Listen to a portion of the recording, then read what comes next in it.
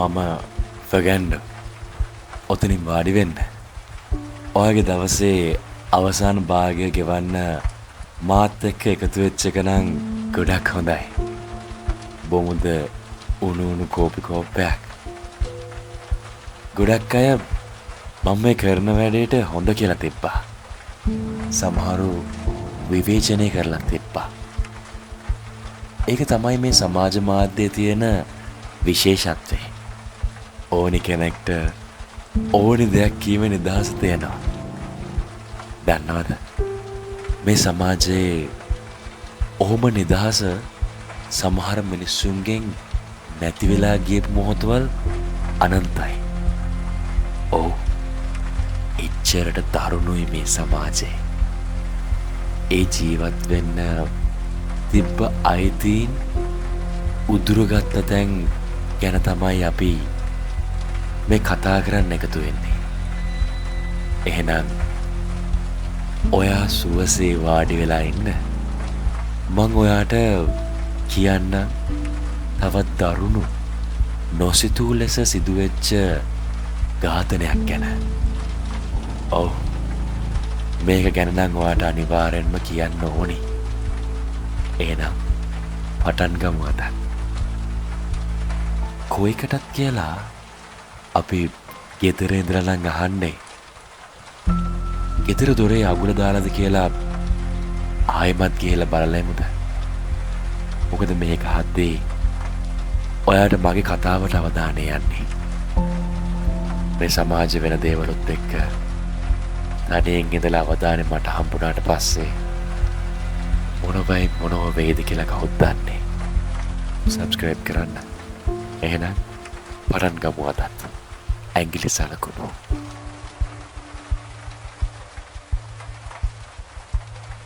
සමහර අපරාධ තියෙනවා ඒව නිකන් අපරාධ විතරක් කියලා අහක දාන්න බැරි.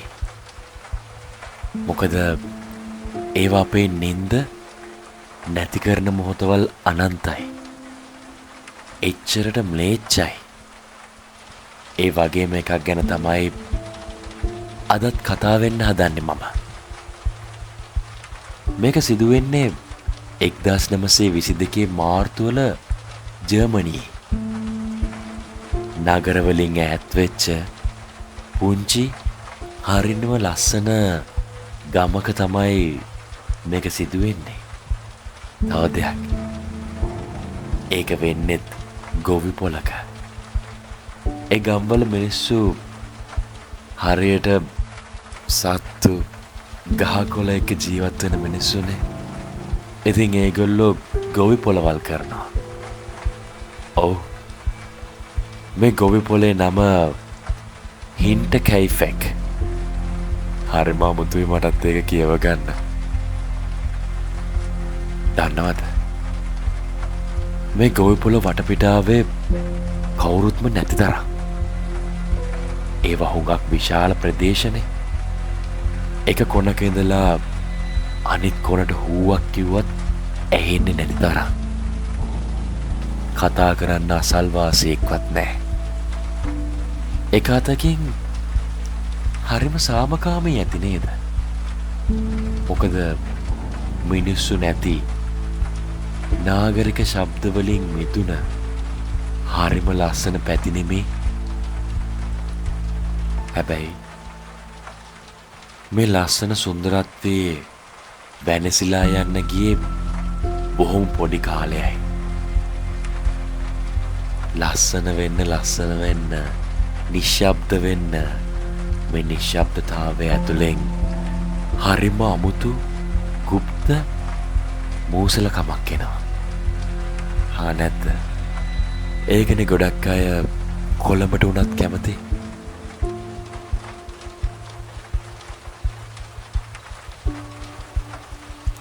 ගොවිපොළ ළඟමයි එයාලගේ ගෙදරත් තියෙන්නේ. ඒ කියන්නේ ගොවිපොළේමයි ජීවත් වෙන්නේ. ඒ ළඟම මේ ගෙදර අය දකිනවා කාගේ හරි අඩිසලකුණු තියෙන ගොවිපොළ වටේ. මෙහෙට ශීත කාලේ තිබ්බේ මේ සිද්ධිය වෙනකොට. එතකොට වැටෙන හිම තට්ටු උඩින් තමයි මේ අඩිසලකුණු ටික මතුවෙන්නේ.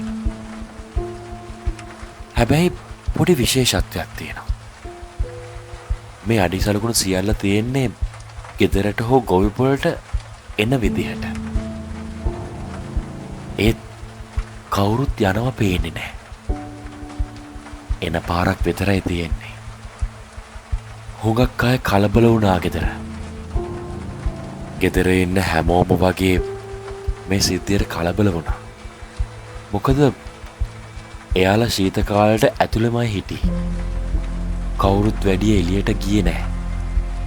සත්තුන්ට කන්න දෙන්න ඇරෙන්න.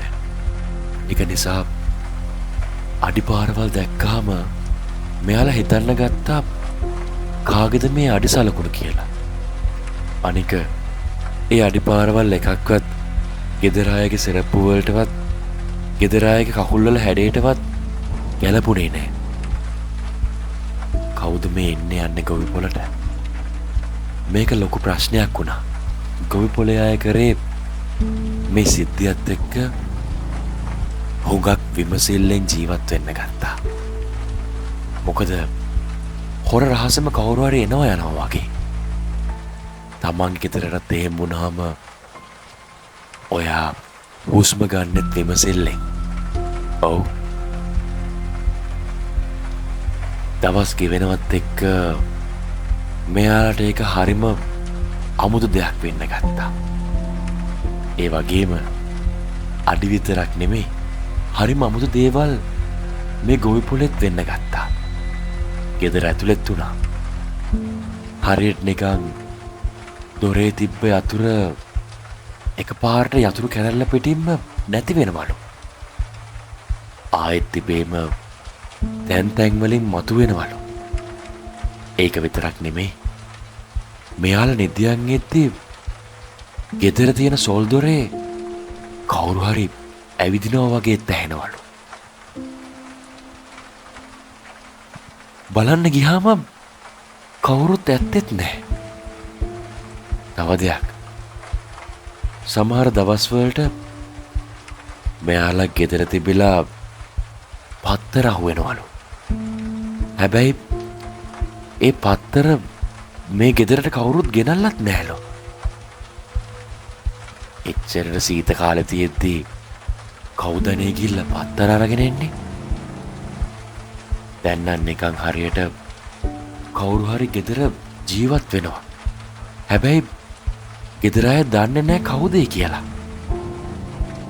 කොටින්ම කිව්වොත් මේ ගොවිපොළේ ඉන්න සත්තු හරිම අමුතු විදිහට හැසිරුණේ. මොකද එයාලටත් කවුරු හරිම කන්න දානවා. ගොවිපොළේ අය කන්න දාන්න ගියාට පස්සේ කවුරු හරි ඊට කලින් කන්න දාලා. සත්තු හැසිරෙන්නේ නිකන් එයාලත් මොනවා හරි දන්නවා වගේ. නැත්තම් එයාලට මොනවා හරි පේනවා වෙන්න පුළුවන්. මොකද නිකන් මවා ගන්න ගොවිපොළේ එළියේදී සත්තුන්ට ගේ ඇතුළ පේනවනේ. සත්තු දකින්න ඇති කවුරු හරි එනවා යනවා. ගෙදර ඇතුළේ මිනිස්සු ඉන්නකොටම. හැබැයි ගෙදර ඇයට මෙයා පේන්නේ නැහැ. කොහොම හරි සත්තු කියලා මේවා කියා ගන්නද? උන් සත්තුනේ කටක් කරලා කතා කරන්න කියලා. ඔය අතරේ තමයි හරිම අමුතු වැඩක් වෙන්නේ. ගෙදර වැඩට හිටපු කෙනා ගෙදරින් යන්න යනවා. එයා යන්න හේතුව තමයි කියන විදිහට ගෙදර හිස් වෙලා කවුරුත් නැති වුණත් එයාට දැනෙනවලු කවුරු හරි ගෙදර ඉන්නවා කියලා. කොච්චර හිත හදාගන්න හැදුවත් හදාගන්නම බෑලු. තේරෙනවලු කවුරු හරි බලාගෙන හරි ඉන්නවා කියලා. රස්සාව කරන එක අමාරු වුණා යාට. මොකද අනන්තව මෙයාට රෑට එළියට බහැලා යනකොට කොටින්ම කිව්වොත් ගෙදර මිනිස්සු කාපු ඒවා හරි හොදන්න ඇතිනේ මෙයාට. ඒවා කරද්දී මෙයාට නිකන් දැනෙනවා වගේලු කවුරු හරි අන්ධකාරයේ ඉඳගෙන මෙයා දිහා බලන් ඉන්නවා වගේ කියලා. නිකමට හිතන්න ගෙදර වැඩ කරන කෙනා එළියට බැස්සාම එයාට හිතෙනවා ගේ ඇතුලෙන් කවුරු හරි බලාගෙන ඉන්නවා කියලා. ගෙදර ඇතුලේ වැඩ ටික කරද්දි එයාට හිතෙනවා එළියෙන් කවුරු හරි බලාගෙන ඉන්නවා කියලා. ඔව්. ඒක නිසා එයා යනවා යන්න. ඒ වැඩ හිටපු කෙනා ගෙදරින් ගියාට පස්සේ මේ ගෙදරට තවත් අලුතෙන් කෙනෙක් වැඩට ගේනවා ගෙදර අය. ඒ තමයි මේ ගෙදරට පිටින් කියලා එන අන්තිම කෙනා. මේ අලුතෙන් වැඩට ගත්තු කෙනා මේ ගෙදරට එනවත් එක්ක මේ ගෙදර සියල්ල කන පිට පෙරලෙනවා. ඒ අවතාරේ මිනිස්සු දැකලා තියෙන්නේ මේ අලුත් කෙනා පළවෙනි දවසේ වැඩට ගෙදරට එනවා විතරයි. කොහොම හරි ආරංචි වලින් දැනගන්න හම්බෙනවා මේ දෙවනි පාරට වැඩට එන කෙනා ගෙදරින් යනවලු යන්න. එයාටත් ඒ ගෙදර ඉන්න බෑ කියලා. අවදානෙන් කියන්නේ මේ කෙනාව විතරයි මේ වෙද්දි මිනිස්සු දකින්නේ. ගෙදර අයව මේ වෙද්දි දකින්නේ නෑ මිනිස්සු. හැබැයි මේ මරණ වලට සැකකාරයෙකුත් නෙමෙයි මේ දෙවනි පාර වැඩට එන කෙනා. ඔව්. වගකීමෙන් කියන්නේ. කාලය ගෙවෙනවා. ගෙදරින් කවුරුත් පිටතට එනවනම් පේන්නේ නැහැ. අවට මිනිස්සු ඇවිල්ලා ගේට්ටුව ළඟින් කතා කරත් ඇතුලෙන් කිසිම සද්දයක් එන්නේ නැති පාටයි. පළවෙනි සහ දෙවනි ගෙදර වැඩට හිටපු ගැහැණු දෙන්නම කිව්වේ ඒ ගෙදර හරිම අමුතුයි. කාටවත් පේන්නේ නැති කවුරු හරි ඉන්නවලු. ගමේ අයට ලොකු සැකයක් ආවා මේකත් එක්ක. මොකද ගෙදර කවුරුත් පේන්නේ නැති වුණාට කතා කරන්න ආවේ නැති වුණාට එළියට ඒ ගෙදර චිමිනියෙන් දුම් පිට වුණා. හරියට නිකන් කවුරු හරි ඇතුලේ හීතලට උණුසුම් වෙන්න හදනවා වගේ. ඒ කියන්නේ ඇතුලේ කවුරුම හරි ඉන්න එපැයි නේද? ඒ වගේම තමයි ගොවි පොලේ සත්තුන්ටත් කෑම ටික එහෙම වැටලා තියෙනවා. මුළු ගෙදර සහ ගොවි පොලේ වැඩ සියල්ල වෙනවා. හැබැයි ගෙදර එක මිනිස්සෙක්වත් පේන්නේ නැති තරම් දැන්. මේ සිද්ධියත් එක්ක ගම්මු තීරණය කරනවා මේක පොලිසියට කියන්න. ඊට පස්සේ තමයි පොලිසියෙන් ගෙදරට ඇතුළු වෙන්නේ. දන්නවද? පොලිසියට හම්බ වෙනවා ගෙදර 6 දෙනෙක් ඉඳලා තියෙනවා. ඒ 6 දෙනාගේ මලසිරුරු කවුරු හරිම මෙයාලව මරලා දාලා. හැබැයි ඒ ඝාතකයා සති ගානක් මේ මලසිරුරු එක්කම මේ ගෙදර ජීවත් වෙලා තියෙනවලු. මොකද අලුත් කෑම බීම පත්තු වෙන ගින්දර ඒ වගේ දේවල් පොලිසිය විමර්ශනය කරනකොට හොයාගෙන තියෙනවා. නිකමට හිතන්න කොච්චර මනෝ විකෘතියක්ද කියලා. ඔව්, බලාගෙන පරිස්සමෙන්. මේ වගේ අය ඕනි තරම් මේ සමාජයේ ඉන්න පුළුවන්. ඔබට මට හමු වෙලත් යනවා ඇති. නැත්තම් හොඳම දේ හැමතැනම වගේ චෝදිසි කරන්න. ගෙදර ඔයා විතරමයි නේද ඉන්නේ.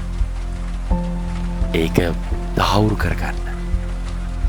මේ කේස් එක අදටත් අභිරහසක්. ඇයි මේක කරේ? මොකක් නිසාද මේ මරණ ටික සිදු වුනේ? ඝාතකයා අපි සමගම දින්නේ. මේ වගේ දේවල් අදටත් කිසිම උත්තරයක් නැතුව වැළලිලා තියෙනවා.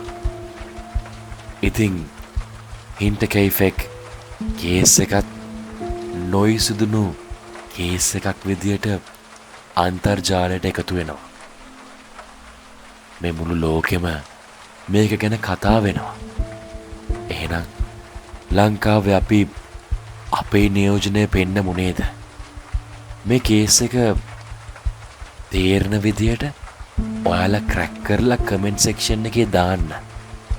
කොහොමද මේ මරණ ටික වුනේ? කවුද මේවා කරේ? මේ වගේ දේවල් කමෙන්ට් සෙක්ෂන් එකේ දාලා ලංකාවේ අපිත් අපේ නියෝජනය පෙන්නමු. ඔයා මේක බලන එක හරිම ස්පෙෂල් දෙයක්. ඔයා දන්නේ නෑ you are already part of this journey. මේක නිකන් වීඩියෝ එකක් නෙවෙයි. මේක අඳුරු කුතුහලයෙන් පිරුණු real experience එකක්. subscribe කරන්න next episode එකෙන් හම්බෙමු.